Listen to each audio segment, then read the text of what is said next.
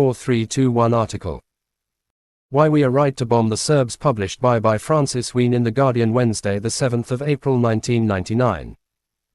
Have you been got at by me? 6. A reader asks, horrified by my comments on Yugoslavia last week. Right here, right now, in my city, on the streets of Glasgow, the Labour-controlled council is threatening to sack librarians. Meanwhile, George Robertson is stroking the fuselage of a fighter plane in Italy. Ray Bradbury could not make this up. George Orwell would be stuck for words. Oddly enough, shortly before this letter arrived, I too had been wondering what George Orwell would make of the present imbroglio. Yugoslav politics are very complicated, and I make no pretense of being an expert on them, he admitted in Tribune on January 12, 1945. Nevertheless, I think he might have had some useful observations to offer. First, let's take the argument, often heard in the last fortnight, that NATO's onslaught has united even the Serbian opposition behind Milosevic, thus scuppering any chance of a more humane and liberal regime ever emerging in Belgrade. As Orwell pointed out in 1940, dictators have often enhanced their power by imposing intolerable burdens on their citizens. Whereas socialism, and even capitalism in a more grudging way, have said to people, I offer you a good time, Hitler has said to them, I offer you struggle, danger and death, and as a result a whole nation flings itself at his feet. Perhaps later on they will get sick of it and change their minds, as at the end of the last war. And so they did. Though Hitler's hegemony over his people seemed unchallengeable at the time, as soon as he and his gang were defeated, the Germans transformed their nation into a model social democracy with remarkably little grief. Is it vain to hope that history might repeat itself once Belgrade's own little Hitler has gone? Orwell would, I'd guess, be contemptuous of those who blame NATO for the horrific exodus from Kosovo. It has long been clear that Milosevic's intention is to make the area uninhabitable for Muslims, or, indeed, Roman Catholics. What is happening now is merely a speeded-up version of what would have happened anyway. If the mass expulsions were the fault of Messrs. Blair and Clinton, one would expect the refugees to feel very bitter towards their self-styled saviors. But they don't. During the past week, many hundreds of weary, weeping fugitives have been interviewed as they cross the borders into Macedonia, Montenegro and Albania. None has called for NATO to withdraw. In fact, they have unanimously supported the military action against Belgrade, however awful the immediate consequences for themselves. Opponents of the war who claim to have the best interests of the Kosovars at heart should shut up for a minute or two and listen to what these people are actually saying. Besides, what is the alternative? Summon yet another conference at a French chateau, plead the pacifists, send in yet more jet-setting mediators, monitors and special envoys. This is, of course, precisely the policy that the international community has followed for the best part of a decade, and what do we have to show for it? Hundreds of broken ceasefires and promises, and thousands of corpses in Srebrenica, murdered under the very noses of blue-helmeted UN soldiers. Despotic governments can stand moral force till the cows come home, Orwell noted in September 1942. What they fear is physical force. Throughout all the ethnic cleansing, atrocities committed by Serbian troops and paramilitaries, from Vukovar in 1991 to Rakic in 1999, Western politicians continued to insist that Milosevic was a man they could do business with. The essential thing, as both the Conservatives and the Socialist Workers' Party agreed, was not to take sides. Orwell would certainly not have fallen for the nonsense that one should remain impartial between the oppressor and the victim. There is no such thing as neutrality in this war, he wrote in 1941, arguing that, if you don't resist the Nazis you are helping them. The same can be said of the modern National Socialists in Yugoslavia.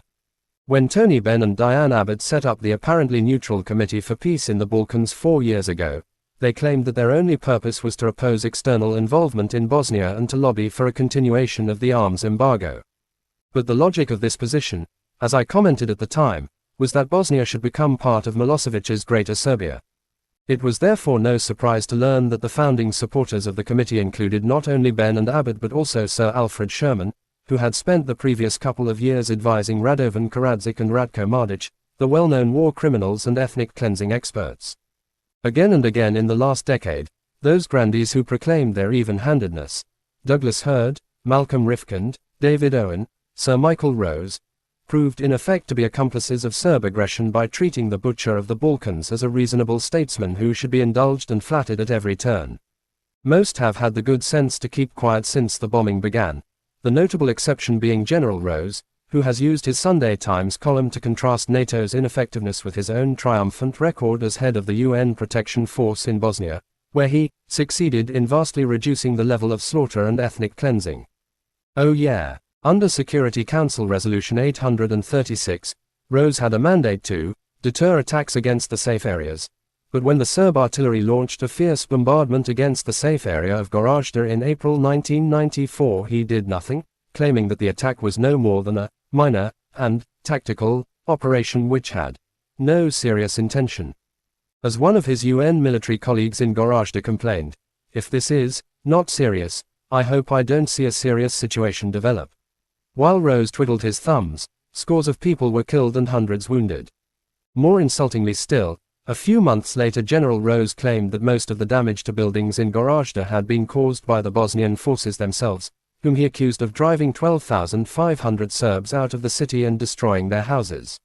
As the historian Noel Malcolm pointed out, since the entire administrative district of Gorazda, an area covering 383 square kilometers, had contained only 9,844 Serbs, and since half of these had lived in villages outside the city itself, it seemed reasonable to conclude that General Rose was acting here, however unwittingly, as little more than a conduit for Serb propaganda. Like so many people who ostentatiously declined to take sides, Rose failed to realize that the only beneficiaries of this spurious neutrality were Slobodan Milosevic and his goon squads. Douglas Hurd accidentally gave the game away in April 1993, when explaining why the arms embargo against Bosnia shouldn't be lifted. Although, at first sight it seems an act of justice, he said, in practice it would merely create a level killing field. The only possible inference to be drawn was that he preferred an uneven killing field, on which Milosevic provided the Bosnian Serbs with troops and weapons while the Bosnian government had to make do with whatever equipment it could buy on the black market or grab from captured enemy soldiers. Confirming this interpretation, Hurd said that allowing the Bosnians to defend themselves would only prolong the fighting. Hurd's successor, Malcolm Rifkind, maintained this tradition of appeasement by default. After the 1997 general election, incoming Labour ministers discovered that he had deliberately prevented the War Crimes Tribunal in The Hague from obtaining evidence that could prove President Milosevic's complicity in genocide, even while Rifkind was insisting in public that, "We want to see cooperation with the War Crimes Tribunal." Not that Labour has much to boast about. As recently as January this year, Robin Cook told the House of Commons that although the massacre of Kosovo civilians in Rakic was a war crime, the blame lies with both sides, thus earning himself a rare tribute from Tony Benn, who praised the Foreign Secretary for the balanced way in which he presented the background. The ghastly pictures from the Kosovo border are evidence not of military failure but of political failure. The culprits are those shoulder-shrugging fatalists who have forced us to spend 10 long years striking a balance between murderer and murderee, and who continue to excuse or ignore Milosevic's wickedness. I know what George Orwell would have thought of them.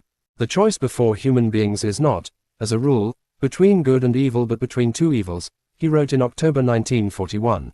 You can let the Nazis rule the world, that is evil, or you can overthrow them by war, which is also evil. There is no other choice before you, and whichever you choose you will not come out with clean hands. Perhaps some people genuinely believe that genocide is a lesser evil than bombing military installations. Fair enough. But, as Orwell concluded, the choice has to be made. We do not have the chance, in a time like this, to say, tomorrow we can all start being good. That is moonshine. We only have the chance of choosing the lesser evil and of working for the establishment of a new kind of society in which common decency will again be possible.